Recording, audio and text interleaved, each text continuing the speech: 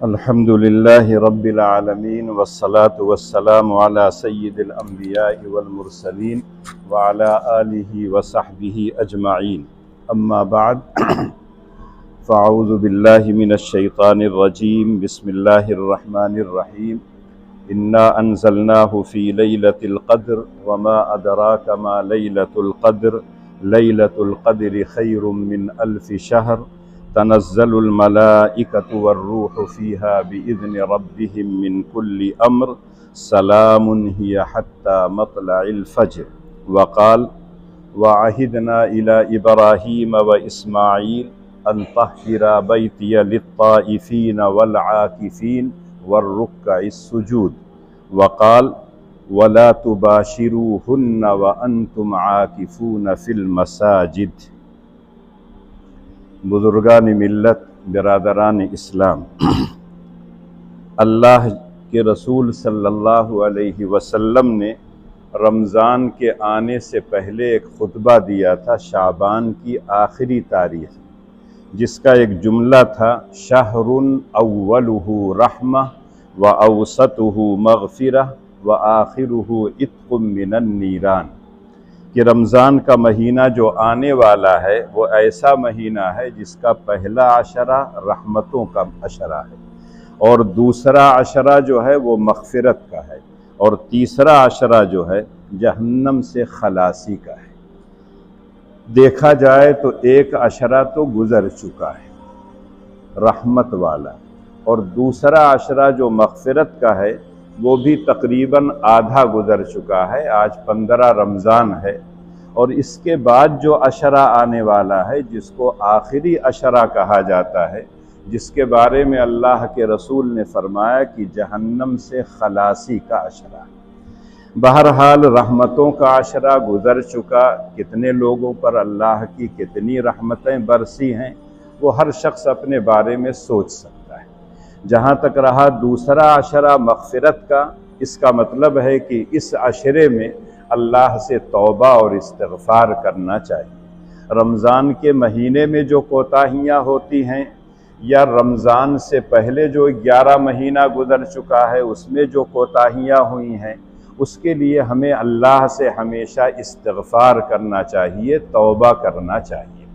हम आप तो गुनाहों के मुजस्समा ताजदार मदीना सरकार दो आलम सल्लल्लाहु अलैहि वसल्लम, जिनके अगले पिछले तमाम गुनाह अल्लाह ने माफ़ कर दिया था, इन्ना फ़तहना लका फ़तहम मुबीना लियग़फ़िर लकल्लाहु मा तक़द्दम मिन ज़म्बिका व मा तअख़्ख़र, उस ज़ाते गिरामी के बारे में आता है, ख़ुद वो कहते हैं कि दिन में मैं 100 से ज़्यादा मरतबा अल्लाह से इस्तिग़फ़ार करता।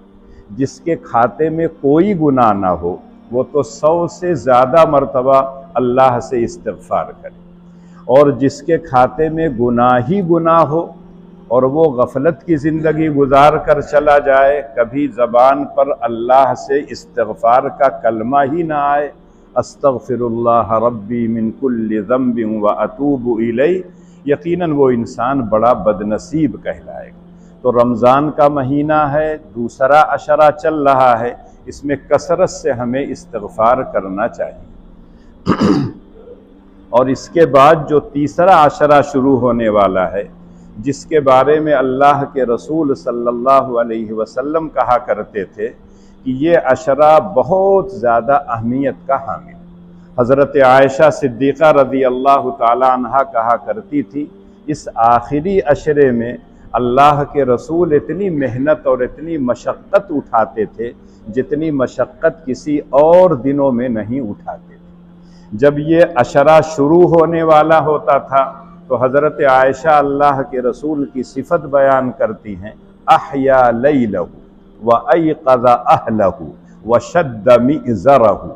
3 सिफत बयान करती हैं कि रात भर अल्लाह के रसूल जागते थे, क़याम लैल, तरावी, तिलावत, ज़िक्र व अज़कार में रात भर अल्लाह के रसूल जागते थे, और ख़ुद घर वालों को भी जगाते थे ताकि उस खैर के समेटने में अल्लाह के रसूल के घर के लोग भी शामिल रहें। वशद्द मिज़रहु, कमर कस लिया करते थे, पहले से तैयार हो जाते थे। देखा होगा मजदूर जब कोई मेहनत का काम करना चाहता है तो अपने कमर में क्या है गमछा या कोई कपड़ा बांध लेता है कि अब मैं मेहनत का काम करने जा रहा हूँ। तो अल्लाह के रसूल आखिरी अशरे से पहले कमर बस्ता हो जाते थे कि आखिरी अशरा आने वाला है, उसमें रात में जागना भी है। और अल्लाह के रसूल सल्लल्लाहु अलैहि वसल्लम का जो मामूल था वो तो आखिरी शब में ज़िंदगी भर का अल्लाह के रसूल क़याम लैल और तहज्जुद पढ़ा करते थे, जागा करते थे। मुत्तक़ियों की सिफत भी बयान की जाती है, कानू क़लीलन मिनल लैलि मा यहजऊन व बिल अस्हारि हुम यस्तग़फिरून। अल्लाह के जो मुत्तक़ी बंदे होते हैं वो रातों को कम सोते हैं और जब सुबह होने लगती है तो अल्लाह से इस्तिग़फ़ार करते हैं, जो कोताहियाँ हुई है अल्लाह माफ़ कर दे और जो कुछ तू नवाजना चाहता है हमको नवाज दे। यूँ तो आता है कि आखिरी शब में हमेशा अल्लाह ताला समाए दुनिया पर आते हैं और पूछते हैं, है कोई मेरा बंदा जो मुझसे गुनाहों की माफ़ी चाहता हो, मैं उसके गुनाह माफ़ कर दूँ। है कोई ज़रूरतमंद जो अपनी ज़रूरत का इजहार करे, मैं उसकी ज़रूरत को पूरी कर दूँ। है कोई ऐसा आदमी जो अल्लाह से दुआ करना चाहे, अल्लाह कहते हैं मैं उसकी दुआओं को सुनता हूँ। ये तो आखिरी शब में रोज़ाना का है अल्लाह की तरफ से ये निदा लगाई जाती। लेकिन रमज़ान का जो आखिरी अशरा होता है यकीनी तौर पर उसमें सारी चीज़ों में इजाफ़ा हो जाता है। आखिरी अशरे की दो इबादतें हैं बहुत अहम। एक है एअतिकाफ़। एअतिकाफ़ उकूफ़ से है, उकूफ़ के माने आते हैं ठहरना, रुकना। अल्लाह के घर में इबादत की नीयत से ठहरना, इसी का नाम है एअतिकाफ़। एअतिकाफ़ की तीन किस्में हैं, एक है वाजिब, एक है सुन्नत और एक है मुस्तहब। वाजिब का मतलब है कि आपने खुद नज़र मान ली कि मेरा फ़ला काम हो जाएगा तो मैं 2 दिन अल्लाह के घर में एतिकाफ़ करूँगा। तो अगर वो काम पूरा हो जाए तो 2 दिन आपको एतिकाफ़ करना ज़रूरी है। और जो वाजिब एतिकाफ़ होगा उसके लिए रोज़ा शर्त है, चाहे वो शाबान में आप रखें चाहे किसी महीने में एतिकाफ़ करें, रोज़े के साथ आप एतिकाफ़ करेंगे जो एतिकाफ़ वाजिब। और एक एतिकाफ़ है सुन्नत, जिसको कहा जाता है सुन्नत मुअक्कदा अलल किफ़ाया। अल्लाह के रसूल सल्लल्लाहु अलैहि वसल्लम ज़िंदगी भर रमज़ान के आखिरी अशरे में अल्लाह के रसूल सल्लल्लाहु अलैहि वसल्लम ने एतिकाफ़ किया था। और आता है जिस साल अल्लाह के रसूल दुनिया से गए थे उस साल 20 दिनों का एतिकाफ़ किया था। यह है सुन्नत मुअक्कदा अलल किफ़ाया। बस्ती का कोई आदमी, महल्ले का कोई आदमी अगर एतिकाफ़ कर लेगा सबकी तरफ से अदा हो जाएगा। लेकिन अगर बस्ती और महल्ले का कोई आदमी एतिकाफ़ में नहीं बैठा तो सारे लोग गुनाहगार होंगे। हज़रत आयशा कहती हैं कि अल्लाह के रसूल जब तक दुनिया में रहे एतिकाफ़ करते रहे और जब आप दुनिया से चले गए तो आपकी अज़वाज मुतहरात एतिकाफ़ करती थी। औरतें घर में एतिकाफ़ करेंगी, मर्द जो है मस्जिद में एतिकाफ़ करेगा, जिसको सुन्नत कहा जाता है। और ये 20वीं रमज़ान को सूरज गुरूब होने से पहले मस्जिद में आ जाना ज़रूरी, अज़ान का इंतज़ार नहीं करना है। सूरज गुरूब होने से पहले जिसका एतिकाफ़ का इरादा हो वो मस्जिद में एतिकाफ़ की नीयत से आ जाए और जब तक ईद का चाँद ना निकले या तस्दीक ना हो तब तक मस्जिद से निकलेगा नहीं। ये है सुन्नत मुअक्कदा अलल किफ़ाया। और एक एतिकाफ़ है मुस्तहब। जब भी आप अल्लाह के घर में आएँ एतिकाफ़ की नीयत कर लीजिए, 10 मिनट, 15 मिनट, 1 घंटा, 2 घंटा, 1 दिन, यह है मुस्तहब। उसके लिए रोज़ा शर्त नहीं है। और जो सुन्नत है उसके लिए रमज़ान का रोज़ा काफ़ी है, अलग से उसके लिए रोज़ा रखने की कोई ज़रूरत नहीं है। और जब आदमी अल्लाह के घर में आके बैठ जाता है तो इसका मतलब वो अपने मौला से कहना चाहता है कि अब तो आपके घर में आके मैं बैठ गया हूँ और यहाँ से अब मैं खिसकूँगा नहीं, जब तक आप मेरे सारे गुनाह न माफ़ कर दें, जब तक मुझे रहमत रमज़ान की बरकतें और रमज़ान के खैर से नवाज नहीं देंगे, तब तक मैं आपके दर पे आके पड़ गया। देखा होगा बहुत से साइल आते हैं, आपसे सवाल करते हैं, अल्लाह के नाम पर 10 रुपए, अल्लाह के नाम पर 20 रुपए, आप तरह तरह की माजरत करते हैं, नहीं है, जाने दो, बाद में, लेकिन वो ऐसा पीछे पड़ जाते हैं कि आपको मजबूरन कुछ न कुछ निकाल के देना पड़ता है। तो ऐसे ही जब मुअतकिफ अल्लाह के घर में आ जाता है तो गोया वो ज़बान हाल से ये कहता है कि ऐ मौला, अब तो तेरे दर पे आ गया हूँ, तेरे घर में आ गया हूँ, अब यहाँ से मैं जाऊँगा नहीं जब तक आप मेरी तमन्नाएं, मेरी ज़रूरतें, मेरी ख्वाहिशात पूरी न कर दें। यकीनी तौर पर अगर इंसान अल्लाह से इस तरह की तमन्ना और आरजू करता है, अल्लाह तो बहुत बड़े दाता हैं, अल्लाह उसको हर तरह से नवाज सकते हैं। मुअतकिफ जब मस्जिद में आ गया तो फिर मस्जिद से उसको बाहर नहीं जाना है, इल्ला एक ही शरई ज़रूरत हो, पेशाब पाखाना के लिए जाना हो, मस्जिद से बाहर हो, मस्जिद के सामने हो, ना हो मस्जिद में, अगर अपने घर जाना चाहे तो जा सकता है, लेकिन किसी से बात नहीं करेगा, ज़्यादा देर तक वहाँ ठहरेगा नहीं, जाए अपनी ज़रूरत पूरी करके चले आए। इसी तरह से अगर खाना लाने वाला कोई नहीं है सहरी के वक्त में, तो उस वक्त वो सहरी खाने के लिए जा सकता है, लेकिन बात नहीं करेगा और वहाँ ज़्यादा देर तक नहीं रुकेगा, खाए और चला आए।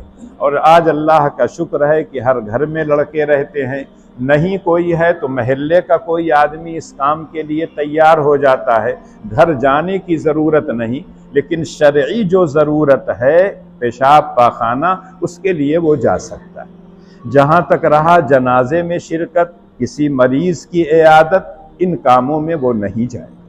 और जब अल्लाह के घर में आके मुअतकिफ पड़ गया और बहुत से काम उसको अल्लाह ने छोड़वा दिया, अब किसी बीमार की इयादत नहीं कर सकता, किसी जनाजे में शरीक नहीं हो सकता, किसी गरीब की मदद नहीं कर सकता, इसलिए कि वो एतिकाफ़ में है और एतिकाफ़ ने उसको मस्जिद से बाहर जाने से रोक दिया है। तो अल्लाह ताला इन कामों का खैर और अज्र और सवाब अल्लाह ताला अपनी तरफ से दे। अगर वो पहले मरीज़ों की इयादत करता था, पहले जनाजे में शिरकत करता था, पहले बेवाओं यतीमों की मदद के लिए जाता था, एतिकाफ़ की वजह से नहीं जा पा रहा है 10 दिन, तो अल्लाह ताला उसको दे। जब आपकी हुकूमत का है पेंशन दे सकती है, तो अल्लाह ताला के यहाँ तो न जाने एक बहाना चाहिए देने का। तो अल्लाह ताला का बंदा जब एतिकाफ़ में बैठ जाता है तो जो नेक काम वो करता, अगर एतिकाफ़ में ना बैठता तो अल्लाह ताला एतिकाफ़ के साथ साथ उसका भी अज्र सवाब देंगे। यकीनी तौर पर जब इंसान एतिकाफ़ में बैठता है तो खाली बैठना नहीं है, खाली सोना नहीं है, वहाँ अल्लाह की बंदगी और इबादत करना है। नवाफिल कसरत से पढ़े, रोज़ा तो है ही, तिलावत करे, ज़िक्र व अज़कार करे, कुरान करीम का तर्जुमा और तफसीर देखे, दीनी किताबें अच्छी पढ़े जिससे उसको अंदर अच्छी मालूमात हासिल हों। सिर्फ सोना नहीं है, जैसे बहुत से लोग रोज़ा काटते हैं और वो तरह तरह की गंदी किताबें पढ़ के करते हैं, रोज़ा काटा नहीं जाता है, रोज़े को तो अच्छे अंदाज से गुजारा जाता है। और इसीलिए पहले बताया था कि रोज़े का असल मकसद है तक़वा, खौफ खुदाबंदी, खशियत इलाही। ये जज्बा जब इंसान के अंदर रोज़ा पैदा कर देगा तब तो समझ जाइए कि उसका रोज़ा रखना कामयाब है। इसीलिए कहा जाता है कि बहुत से रोज़ेदार को सिर्फ भूख मिलती है और बहुत से रात के जागने वाले को सिर्फ जागना मिलता है। आजकल के नौजवान देखा होगा, इहयाए लैल का वो मतलब समझते हैं मोटरसाइकिल लेके पूरी रात दौड़ो, ये नहीं है। इहयाए लैल का मतलब है अल्लाह के लिए रात को जिंदा करना, रात में इबादत करके उस रात को जागना, ये है इहयाए लैल। लेकिन आज है मोटरसाइकिल में न जाने क्या लगाएंगे, शहरों में तो बहुत ज़्यादा होता है, देहातों में भी कभी कभी आवाज़ सुनाई देती है, लेकिन वो तमाम काम नहीं करना चाहिए जिससे रोज़े के अंदर और उन तमाम चीज़ों के तक़द्दुस को पामाल करता हो, वो काम नहीं करना चाहिए। तो इसलिए अखीर अशरे में जब एतिकाफ़ में आदमी बैठे, ज़्यादा से ज़्यादा लोग बैठें ताकि अज्र व सवाब उनको भी मिले और उनके तवस्सुस से महल्ले वालों को, गाँव वालों को भी अल्लाह की रहमतें और बरकतें मिलें। बहाना सब लोग कर सकते हैं, ज़रूरत सबको होती है, लेकिन जब एक इंसान तय कर लेता है कि अल्लाह के लिए मुझे मस्जिद में 10 दिन रहना है, तो बहरहाल क्या है, वो रह लेता है। जिन मसाजिद में इस्तिंजा खाना वगैरह नहीं है, बाद मर्तबा वहाँ परेशानी होती है कि आदमी कैसे एतिकाफ़ में बैठे, कहाँ जाएगा। लेकिन अगर सारी मस्जिदों में इस तरह का इंतज़ाम हो जाए तो बहरहाल एतिकाफ़ में बैठना सबके लिए आसान हो जाए। जो उम्र का तकादा होता है सबका अलग अलग होता है। एक नौजवान हो सकता है वो एतिकाफ़ में बैठे, उसको पेशाब पाखाने की उतनी ज़रूरत न पड़ती हो, लेकिन एक आदमी ढलान पर है, बुढ़ापे की तरफ है, यकीनी तौर पर उसका मैदा भी कमज़ोर होगा, उसकी निगाहें भी कमज़ोर होंगी, हो सकता है उसको बार बार जाना भी पड़े पेशाब के लिए, पाखाने के लिए, तो हो सकता है इस उज़्र की वजह से वो ना बैठता। जिन मस्जिदों में जुमा नहीं होता है, अगर मुअतकिफ़ वहाँ है तो जुमा के लिए जामे मस्जिद में आ सकता है, लेकिन रास्ते में किसी से बात ओत ना करे, सुन्नत वहीं पढ़ के आए, फ़र्ज़ यहाँ पढ़े, उसके बाद अगर चाहे तो सुन्नत वहीं जाके पढ़े, ज़्यादा बेहतर है। दूसरी जो इबादत है वो है शब क़द्र की तलाश।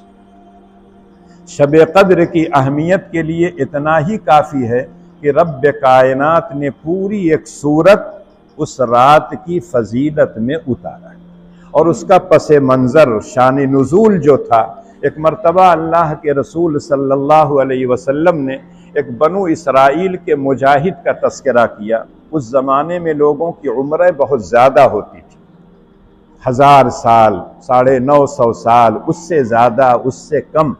तो अल्लाह के रसूल ने फरमाया कि बनु इसराइल का एक मुजाहिद था जो 1000 साल तक बराबर अल्लाह के रास्ते में जिहाद करता रहा और अल्लाह के लिए बंदगी और इबादत करता रहा।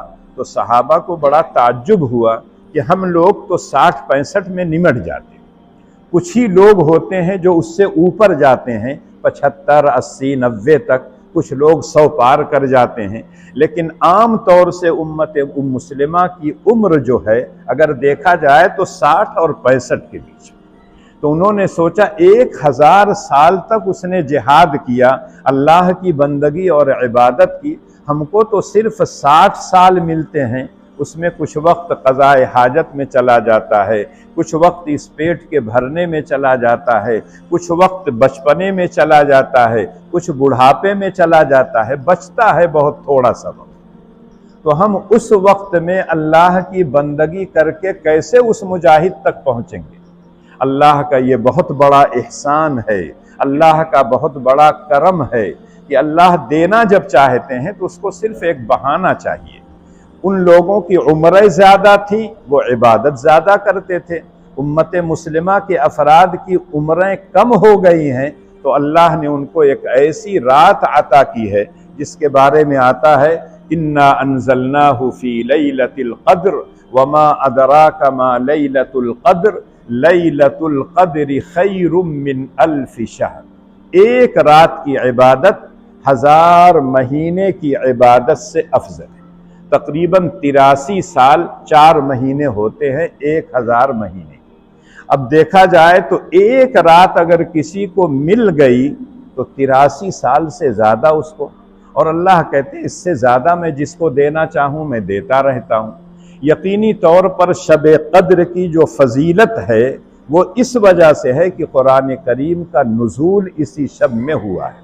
जैसा कि पिछले हफ्ते आपके सामने तफसील से बताया था कि कुरान करीम की 3 आयतों को पढ़ें और उनकी कड़ियों को मिलाएं। शहरु रमज़ान अल्लज़ी उन्ज़िल फ़ीहिल क़ुरआन इन्ना अंज़लनाहु फ़ी लैलतिल क़द्र इन्ना अंज़लनाहु फ़ी लैलतिम मुबारकह।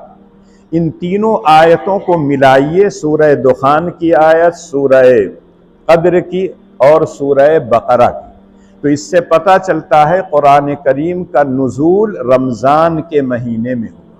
कहीं अल्लाह कहते हैं हमने शब कद्र में कुरान उतारा है, पूरा का पूरा कुरान शब कद्र में समाए दुनिया पर नाजिल हुआ है, और फिर वहाँ से अल्लाह के रसूल के क़ल्ब अतहर पर तकरीबन 23 साल में नाजिल हुआ। सूरह दुखान और सूरह कद्र से पता चलता है कि अल्लाह जल्ल शानुहु ने कुरान करीम का नुज़ूल शब कद्र और शब मुबारक में किया है। और सूरह इक़रा की आयतें जो इब्तिदाई 5 नाजिल हुई थीं अल्लाह के रसूल सल्लल्लाहु अलैहि वसल्लम पर गारे हिरा में, अगर कुरान करीम का नुज़ूल रमज़ान के महीने में है तो इसका मतलब है गारे हिरा में जब अल्लाह के रसूल के पास सूरह इक़रा की 5 आयतें आई थी तो वो भी रमज़ान का महीना था, और हो सकता है कि शब कद्र रही हो। इन तमाम वाक़े को मिलाइए तो पता ये चलता है कि शब कद्र में पूरा कुरान उतरा है, कुरान के नुज़ूल की इब्तिदा हुई है रमज़ान के महीने में, और फिर अल्लाह के रसूल सल्लल्लाहु अलैहि वसल्लम के क़ल्ब अतहर पर 23 साल में कुरान थोड़ा थोड़ा करके उतरा है। व क़ुरआनन फ़रक़नाहु लितक़रअहु अलन्नासि अला मुक्स व नज़्ज़लनाहु तंज़ीला।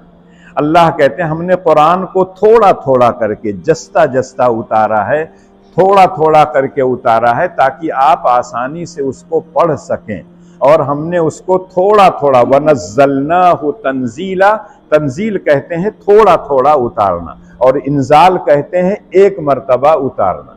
तो पता चला कि शब कद्र की अहमियत और फजीलत इस वजह से है कि कुरान करीम का उसमें नुज़ूल हुआ, रमज़ान के महीने के बरकत इस वजह से है कि कुरान का नुज़ूल हुआ।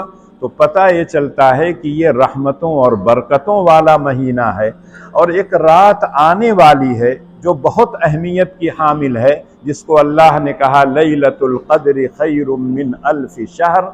उसकी तायीन न अल्लाह ने की न अल्लाह के रसूल ने की। ये इतना ज़रूर है कि अल्लाह के रसूल को अल्लाह ने बता दिया था, और ख़ुद अल्लाह के रसूल फरमाते हैं कि मैं हुजरे से निकला कि सहाबा को बता दूं कि फला दिन शब कद्र है, लेकिन 2 सहाबी आपस में कुछ बात कर रहे थे, बात ही बात में झगड़े की नौबत आ गई, और अल्लाह ताला ने मेरे ज़हन से उस रात को निकाल दिया। बज़ाहिर अगर देखा जाए झगड़ा सबब बना इस रहमत के महरूम होने का, लेकिन उसमें अल्लाह की और बहुत बड़ी हिकमत है।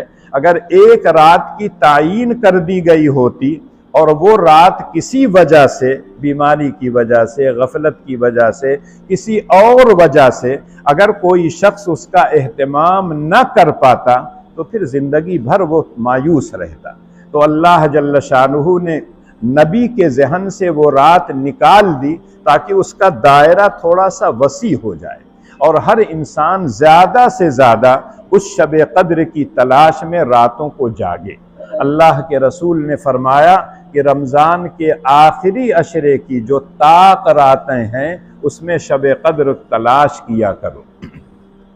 अब ताक रात अगर देखेंगे 21, 23, 25, 27, 29, ये 5 रात हैं। एक रात बता दिए होते तो शायद इंसान न जाग पाता, उसका हक न अदा कर पाता। जैसा कि अल्लाह के रसूल ने फरमाया कि अगर कोई शख्स शब कद्र में इबादत से महरूम रहा तो वो तमाम खैर से महरूम रहा।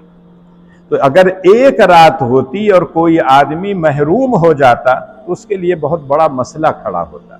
तो अल्लाह के रसूल सल्लल्लाहु अलैहि वसल्लम ने कहा आखिरी अशरे की ताक रातों में अगर 21 को तुम हक नहीं अदा कर पाए, 23 को कर लो, 23 को नहीं तो बाकायदा 25 को, फिर 27 को, फिर 29 को। बीच बीच में एक एक रात मौका मिल रहा है, वक्फा मिल रहा है। 21 को अगर आप पूरी रात जागे हैं अल्लाह की बंदगी और इबादत में, शब कद्र की तलाश में, कुरान करीम की तिलावत में, नमाज में, क़याम लैल में, तो यकीनी तौर पर उस नींद को पूरा करने के लिए आपको थोड़ा सा वक्फा चाहिए। एक इंसान है, उसको आराम भी चाहिए। और इसी वजह से बाज़ सहाबा जब रातों को जागते थे ज़बरदस्ती, तो अल्लाह के रसूल ने कहा तुम्हारी आँख का भी हक है, तुम्हारे बदन का भी तुम्हारे ऊपर हक है, और तुम्हारे घर वालों का भी तुम्हारे ऊपर हक है। तो अल्लाह की हिकमतें, अल्लाह की मसलहतें हम नहीं जानते हैं, लेकिन अल्लाह ने हमको 5 रात दिया है, उसमें शब कद्र को तलाश किया करो। 21, 23, 25, 27, 29, गोया कि ये 5 रात में से कोई रात हो। अल्लाह के रसूल ने तायीन तो नहीं की थी, लेकिन अल्लाह के रसूल ने कभी कभी कुछ अलामतों का तस्करा किया कि मैंने आज ख्वाब में देखा कि जब मैं सुबह को उठा हूँ तो मैं मस्जिद गीली थी, बारिश हो गई थी, और मस्जिद का सहन चूंकि कच्चा था, उस कच्चे सहन की वजह से मेरी पेशानी और मेरी नाक पर क्या है, कीचड़ के असरात थे, गीली मिट्टी के असरात थे। तो बाज़ सहाबा ने कहा कि वो रात वही थी जो शब कद्र की। तो उसकी वजह से उन्होंने कहा कि अगर शब कद्र की अलामतें देखना हो तो बाज़ सहाबा ने अपने तौर पर वो अलामतें बताईं कि जब उस रोज़ जो रात शब कद्र होती है, उसके बाद जो दिन आता है, जब सूरज निकलता है, तो सूरज की शुआओं में उतनी तेज़ी नहीं होती, उसके अंदर उतनी चमक नहीं होती है। ऐसा लगता है कि जैसे सूरज बिल्कुल ठंडा हो, निकलता है उसी आबोताब के साथ, लेकिन उसके अंदर जो है ठंडक होती है, उतनी गर्मी नहीं होती। बाज़ लोग कहते हैं कि उस शब कद्र की अलामत यह है कि उस रात में बारिश होती है, जैसा कि अल्लाह के रसूल ने कहा कि मैं जब सजदा कर रहा था तो सजदे में मेरी पेशानी और मेरी नाक पर क्या है, कीचड़ के असरात, गीली मिट्टी के असरात थे। बाज़ सहाबा अपने तौर पर कहा करते थे कि 27वीं शब जो है वो शब कद्र है, लेकिन तायीन के साथ कोई आदमी नहीं कह सकता है कि 21 है या 23 है या 25 है या 27 है या 29 है। इन 5 रातों में से कोई रात हो सकती है। अब अगर आप 5 रातों में जागते हों, अल्लाह की बंदगी और इबादत करते हों, एतिकाफ की हालत में रह के शब कद्र की तलाश कर रहे हों, तो हो सकता है कि अल्लाह ताला आपके ऊपर कोई ऐसी अलामत जाहिर कर दें कि आपको ये एहसास हो जाए कि शायद आज शब कद्र थी। जैसे अल्लाह के रसूल ने जब 21वीं शब को जब गुजर चुका और 21वीं के दिन में अल्लाह के रसूल ने सुनाया, तो सहाबा ने कहा कि मुझे लगता था कि यही शब कद्र थी। और पता ये चलता है कि शब कद्र में कितनी रहमतें अल्लाह की बरसती हैं, उसका हमें और आपको अंदाज़ा नहीं है। अल्लाह कहते हैं इन्ना अंज़लनाहु फ़ी लैलतिल क़द्र, हमने कुरान को शब कद्र में उतारा। कद्र के माने एक आते हैं अंदाजे के, हुक्म के, क़ज़ा और फैसले के, और एक कद्र के माने आते हैं शराफत के। एक इज्जत वाली रात में, शरफ वाली रात में हमने कुरान करीम को नाजिल किया, यकीनी तौर पर वो शरफ वाली रात है। बाज़ सहाबा कहते थे कि हम 11 महीने तक न जाने कितनी मासियतें, कितने गुनाह, कितने गलत काम करते रहते हैं, और फिर जब रमज़ान शुरू होता है, जो सरकश किस्म के शयातीन होते हैं वो जकड़ दिए जाते हैं, लेकिन छुटबहिये खुले रहते हैं, उसमें भी हमसे गलतियां होती हैं। लेकिन जब 20 दिन गुजर जाता है और 21वां दिन शुरू होता है, तो यकीनी तौर पर हमारे अंदर भी कुछ नेकियों का जज्बा पैदा होता है, खैर की तरफ रग़बत पैदा होती है, अल्लाह की तरफ रुजू पैदा होता है, इनाबत इल्लाह की कैफियत पैदा होती है। और ये कैफियत जब पैदा होती है तो जो इंसान अभी तक नाकदरा था, बेकदरा था, अब वो कद्र वाला हो गया। अल्लाह की निगाह में उस इंसान की कद्र व मंजिलत बढ़ गई इस रात की वजह से, उसकी इबादत की वजह से। जो इंसान गफलत में ज़िंदगी गुजार रहा था, एक रात की इबादत की वजह से अल्लाह ने उसकी कद्र व कीमत में इजाफा कर दिया। और एक मफहूम यह है कि हमारे दुनिया में आने से पहले अल्लाह ने कुछ चीज़ें हमारे लिए लिख दी, कहाँ मरेंगे, कब मरेंगे, किस जगह मरेंगे, रोज़ी कितनी होगी, क्या हम खाएंगे, ये तमाम चीज़ें अल्लाह को इल्म था, अल्लाह ने लिख दिया। अब अल्लाह के पास लौह महफूज में वो मौजूद है। शब कद्र में 1 साल की जो तकदीर का फैसला होता है वो फरिश्तों के हवाले किया जाता है, जो अल्लाह के मुकर्रब फरिश्ते हैं कि अब आइंदा ये साल नहीं रहेगा, फला महीने में इसका इंतकाल होगा, इसकी रोज़ी इतनी है और ये फला जगह मरेगा, फला हालत में मरेगा। ये तमाम बातें 1 साल के लिए फरिश्तों के ज़िम्मे कर दिया जाता है। इस एतबार से उसको लैलतुल क़द्र, लैलतुल क़ज़ा, लैलतुल अम्र कहा जाता है, जिसका तज़किरा सूरह दुखान में है। इन्ना अंज़लनाहु फ़ी लैलतिन मुबारका फ़ीहा युफ़रक़ु कुल्लु अम्रिन हकीम। अल्लाह की तरफ से बाकायदा हर अम्र का फ़ैसला तक़सीम कर दिया जाता है। जो फ़रिश्ते इस पूरी कायनात के निज़ाम को चलाने के लिए अल्लाह ने मुतय्यन किया है, उन फ़रिश्तों के अल्लाह हवाले कर देते हैं। तो इन्ना अंज़लनाहु फ़ी लैलतिल क़द्र। और फिर अल्लाह शौक़ दिलाने के लिए कहते हैं वमा अदराका मा लैलतुल क़द्र। कुरान में जगह जगह इस तरह के उसलूब पढ़ेंगे, वो तशवीक़ के लिए होता है, रग़बत दिलाने के लिए होता है। अपनी ज़बान में भी जब आप तकरीर करते हैं तो कहते हैं जानते हो यौम आज़ादी क्या है। सब लोग जानते हैं कि यौम आज़ादी क्या है, लेकिन उस वक्त आप जो सवाल कर रहे हैं गोया शौक़ दिला रहे हैं कि उस दिन हमें आज़ादी मिली थी इस मुल्क में जो अंग्रेज़ आए थे। ऐसे ही कोई बात आप पूछ रहे हो, जानते हो क़यामत का दिन क्या है? अल-हाक़्क़ा, मल-हाक़्क़ा।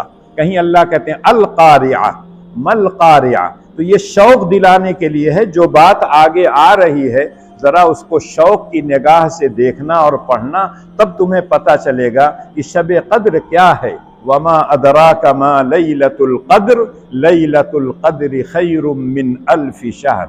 1 रात की बंदगी और इबादत 1000 महीने की इबादत से अफजल और बेहतर है। उसके बाद आगे अल्लाह कहते हैं तनज़्ज़लुल मलाइकतु वर्रूहु फ़ीहा बिइज़्नि रब्बिहिम मिन कुल्लि अम्र सलामुन हिया हत्ता मतलइल फ़ज्र। उस रात में जिब्रील अमीन की क़यादत में फ़रिश्ते जो है दुनिया में आते हैं और अल्लाह के बंदों को बाकायदा क्या है खुशखबरियाँ देते हैं।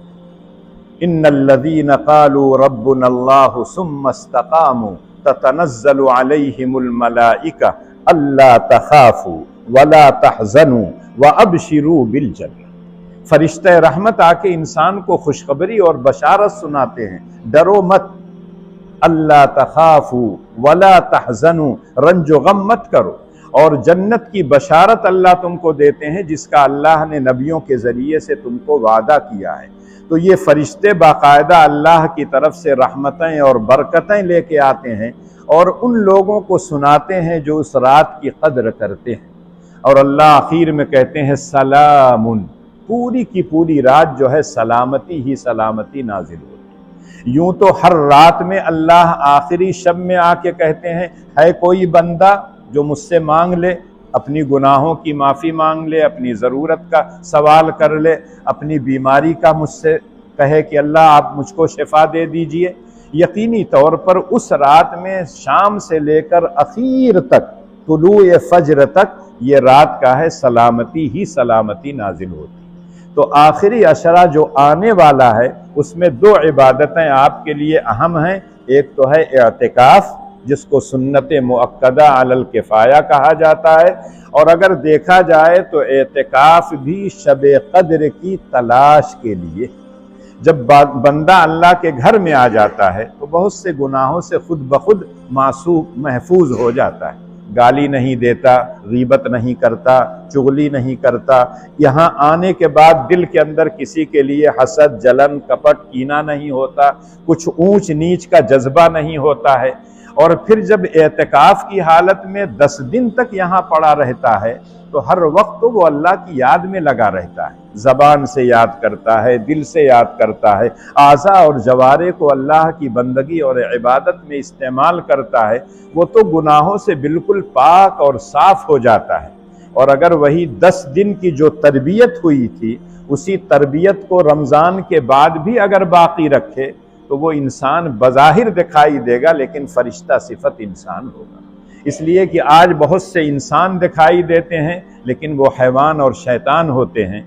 लेकिन एक इंसान अगर अच्छा इंसान है, जिसको अल्लाह के रसूल ने कहा है खैरुन्नास मन यनफ़उन्नास, बेहतरीन इंसान वो है जो लोगों के लिए नफ़ा बख्श हो, लोगों के लिए मुफीद हो, लोगों के लिए कारामद हो, ज़बान से, दिल से, किसी उज़्व से किसी को तकलीफ़ ना पहुँचाए। और यही एक मुसलमान की सिफत बताई गई है, अल मुस्लिम मन सलिमल मुस्लिमून मिन लिसानिही व यदिही, कि हकीकी मुसलमान, कामिल मुसलमान वो है जिसके हाथ से, पैर से, उसके किसी उज़्व से, ज़बान से, किसी चीज़ से भी किसी मुसलमान को, किसी इंसान को तकलीफ़ ना हो। काश मुसलमान इन हकीकतों को समझते और अपने आप को हकीकी और कामिल मुसलमान बना देते तो आपका जो किरदार होता, आपका जो अखलाक होता, आपका जो नमूना और उसवा दूसरों के लिए होता, वो ये होता कि लोग इस्लाम में दाखिल होते।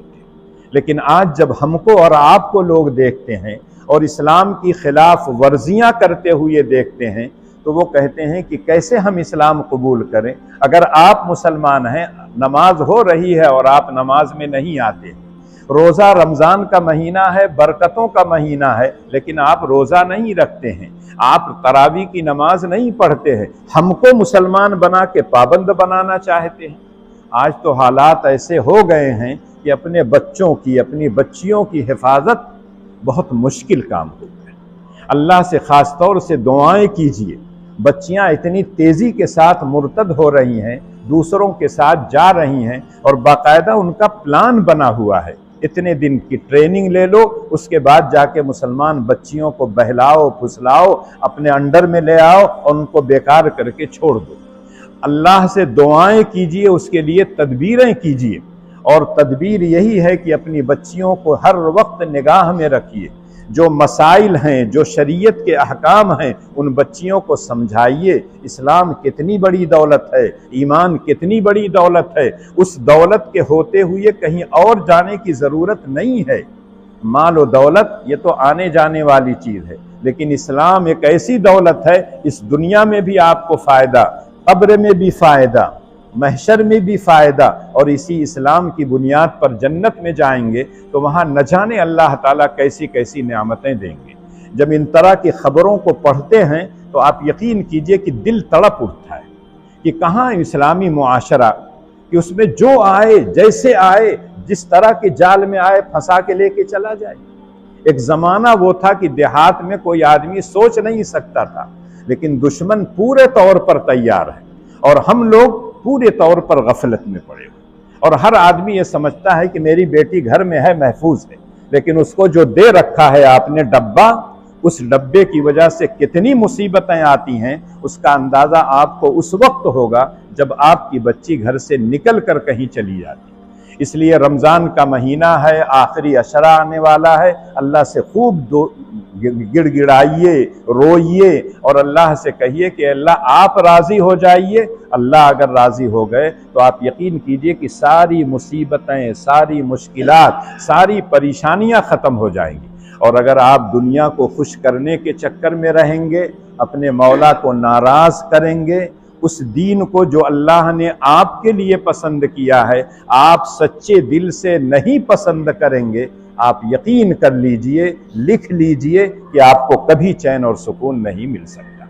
अल्लाह मुझको भी और आपको भी रमज़ान के महीने की कद्र करने की तौफीक इनायत फरमाए और ख़ास तौर से आखिरी अशरे में अल्लाह की बंदगी और इबादत इतना कीजिए कि एक नाफरमानी भी ना हो और अल्लाह खुश होकर आपको हर तरह की रहमतों से नवाज दें। अल्लाह मुझको और आपको कहने और सुनने से ज़्यादा